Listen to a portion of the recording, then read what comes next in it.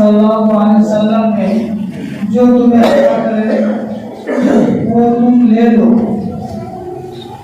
اور جسے تمہیں روکے اسے تم اپنے آپ کو روک لو۔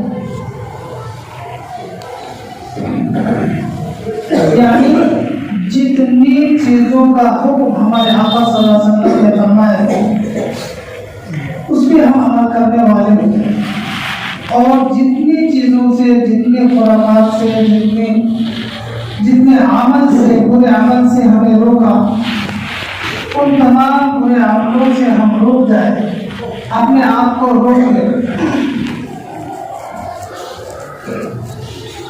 بہت سارے دنیا میں چلنے کے لیے معاملات، معاشرات، اخلاقیات، ان تمام چیزوں میں ہم میں کمی پائی جاتی ہے، جو ہمارے آقا صلی اللہ علیہ وسلم کے خلاف ہم چل رہے ہیں، شریعت کے خلاف چل رہے ہیں۔ تو دوستو ہمیں چاہیے کہ ڈھونڈ کے، چن کے ایک ایک بات پوچھے، معلومات کرے اور اس پہ عمل کرنے کی کوشش کرے۔ انشاءاللہ العزیز کیا ہوگا؟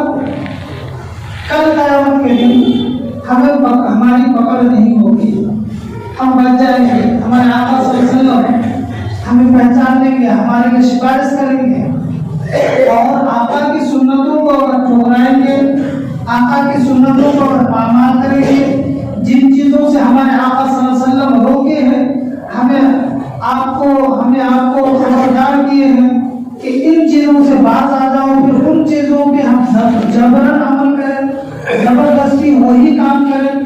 تو دوستو اللہ کا کرے ایسا ہو کہ میرے آقا صلی اللہ علیہ وسلم کا قیامت کے دن اگر مجھ سے منہ پھیر لے تو میرا کیا کہنا؟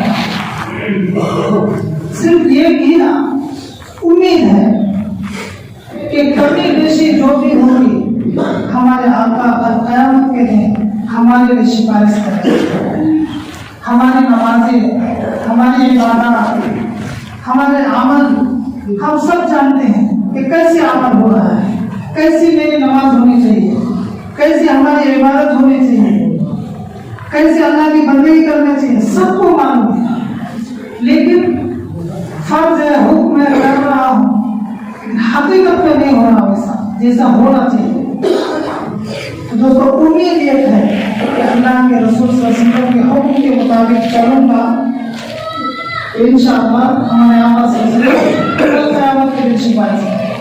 اور ایک بات یاد رکھیں کہ سفارش میرے آقا صلی اللہ علیہ وسلم کے علاوہ کوئی نہیں کر پائے۔ پھر اس کے بعد تقسیم ہے، جیسے حفاظ میں علماء ہے، علم کو درجہ دیا جائے گا کہ تم اتنے لوگوں کو جنت میں لے جاؤ، تم اتنے لوگوں کو جنت میں لے جاؤ۔ اس کے علاوہ کوئی سفارش کریں گے، میرے لیے سفارش کرنے والا کوئی نہیں ہوگا۔ آپ سب سنے ہوں گے کہ کل قیامت کے دن حشر کے میدان میں میرے آقا صلی اللہ علیہ وسلم سجدے میں گر جائیں گے، سب نہیں اٹھائیں گے، یہی کہیں گے، اور اللہ تعالیٰ کو یہ گوارا نہ ہوگا۔ اللہ کے کہے میرے حبیب تم سب تو اٹھا کیا چاہتے ہو؟ ہمارے آقا فرمائیں گے کہ یا اللہ میری امت کو معاف کر دے۔ ذرا سا سوچے دوستو، اور آج ہم ان کی امت ہو کر کے ان کی ہر سنتوں کو ہم روک دیتے ہیں۔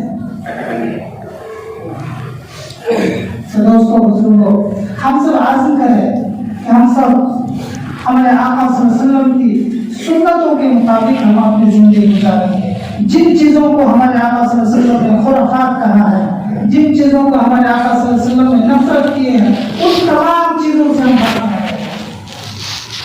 لیکن دوستو ہمارا عمل کیا ہوتا ہے؟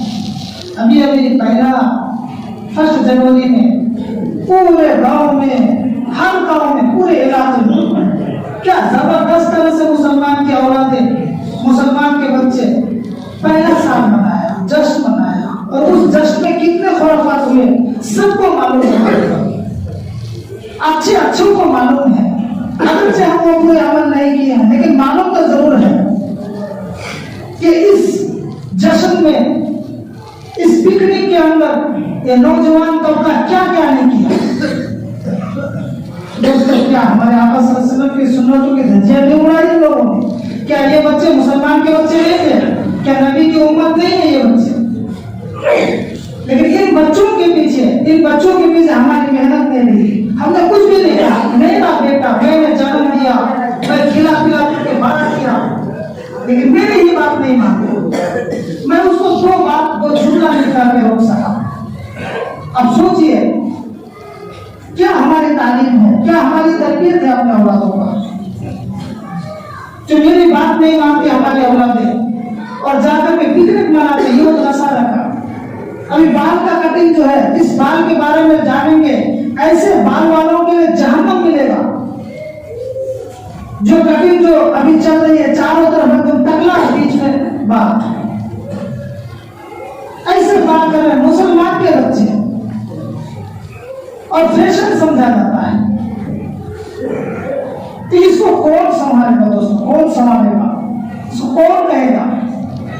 یہ ہماری آپ کی ذمہ داری ہے کہ اپنی اولادوں کو نبی پاک صلی اللہ علیہ وسلم کے سنتوں کے مطابق زندگی گزاریں.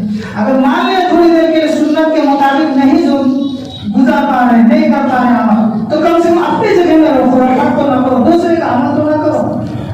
اب روزہ رکھنا ایک نیک عمل ہے, اللہ کی ایک عبادت ہے. ہمارے آقا صلی اللہ علیہ وسلم کو صحابی نے آ کے کہا کہ یا رسول اللہ, محرم کا روزہ ہم لوگ ایک رکھتے ہیں تو یہود نصارہ لوگ بھی ایک رکھتے ہیں. میرے آقا نے فرمایا اچھا یہودی لوگ بھی ایک روزہ رکھتے ہیں 10 محرم کو؟ کہ ہاں یا رسول اللہ یہودی لوگ بھی رکھتے ہیں. تو ایسا کرو, یہودی کا مشابہ نہیں کرنا ہے, تم 2 رکھا کرو, 9-10 یا 10-11. یعنی میرے دل میں سوچنے والی بات ہے کہ یہودی کا مشابہ اختیار نہیں کرنا ہے. آج بتائیے وہ بال کٹنگ اور پکنک اور جشن مناتے پہلا سال کا, یہ سب کون کرتا ہے؟ جنم دن کون مناتا ہے؟ یہ یہود نصارہ کی سازش ہے.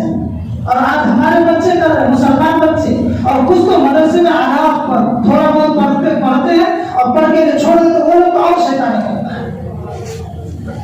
اپنے اولادوں پر سخت برتاؤ کیجیے, سمجھائیے, نہیں سمجھ میں آ رہی ہے شریعت مقدم رکھیے کہ شریعت کے خلاف ایک بھی کام ہونے نہیں دیں گے. تو بیٹا رہو یا نہ رہو, دیکھیں سارے بچے لائن پہ آتے ہیں, ذرا سا دھمکی دیتے بیٹے کی محبت میں چلے جاتے ہیں. حضرت ابراہیم خلیل اللہ کیا کیے تھے, اپنے بیٹے کی قربانی کیے تھے اللہ کی رضا کے واسطے.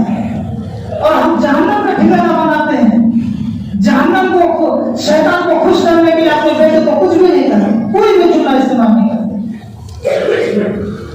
دوستوں ان چیزوں سے باز آنے کی ضرورت ہے, سمجھنے کی ضرورت ہے. اپنے اولادوں کو بچپن سے تعلیم دیجیے.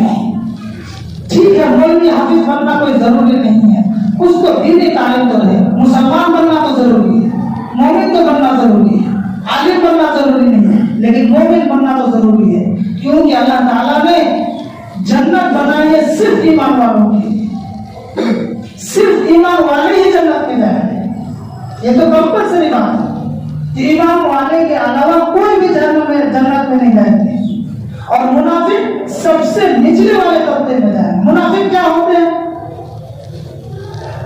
منافق کوئی نہیں کہہ پائے گا یہ مسلمان ہے یا غیر مسلم ہے, یا یہودی ہے یا کرسچن ہے یا عیسائی ہے, کیا ہے نہیں سمجھ پائے گا, اسی کو منافق کہا جاتا ہے. کیا مسلمانوں کے ساتھ مسلمان جیسے, یہودیوں کے ساتھ یہودیوں کے جیسے, مشرکین کے ساتھ مشرکین کے جیسے, وہی منافق, ادھر کی بات ادھر, ادھر کی بات ادھر. تو بتاؤ ایسی باتیں, ایسا عمل ہم تمام لوگوں میں, ہم لوگ اپنے دل میں جھانک کے دیکھیں, اپنے گروہ میں جھانک کے دیکھیں, کتنے لوگوں میں عادت ہے, کتنے بری عادت ہے.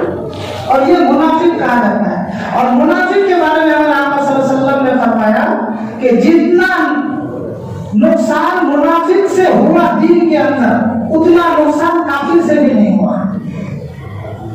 منافق سے جتنا نقصان ہوا اتنا نقصان دین کے لیے کافر بھی نہیں کیا, کافر سے اتنا نقصان نہیں ہوا. اور اس کے لیے منافقون بول کر کے حفاظ کرام سے پوچھیں گے یہ سورت, پوری سورت کا نام ہے, علماء سے پوچھیں گے معلوم ہوا یہ پوری سورت اللہ تعالیٰ نے نازل کی منافقین کے بارے میں. تو منافق اتنے خطرناک قسم کے ہوتے ہیں, لیکن آج